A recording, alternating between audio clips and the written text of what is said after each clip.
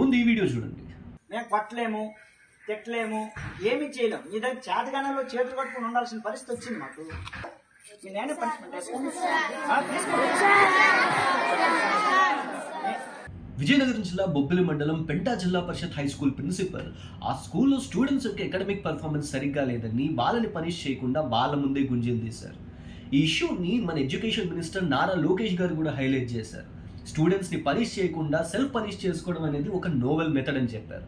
కానీ ఒక్కసారి ఆలోచించండి, మనం చదువుకునే రోజుల్లో మనం ఏదైనా తప్పు చేసామంటే టీచర్స్ మనల్ని తిట్టేవారు, అవసరమైతే 4 తగిలించేవారు. ఆ పనిష్మెంట్సే మనలో చాలా మందిలో డిసిప్లిన్ నిలబెట్టాయి. కానీ ఇప్పుడు పరిస్థితులు అలా లేవు. టీచర్స్ తిట్టారంటే కంప్లైంట్, టీచర్స్ కొట్టారంటే కంప్లైంట్. కొన్నిసార్లు ఇవి ఎక్స్ట్రీమ్ కండిషన్స్కి వెళ్ళి సూసైడ్ అటెంప్ట్ లాంటివి కూడా చేస్తున్నారు. ఇలాంటి ప్రెషర్స్ని ఎదుర్కొంటూ టీచర్స్ రోజు వాళ్ళ ఉద్యోగాలు చేస్తున్నారు.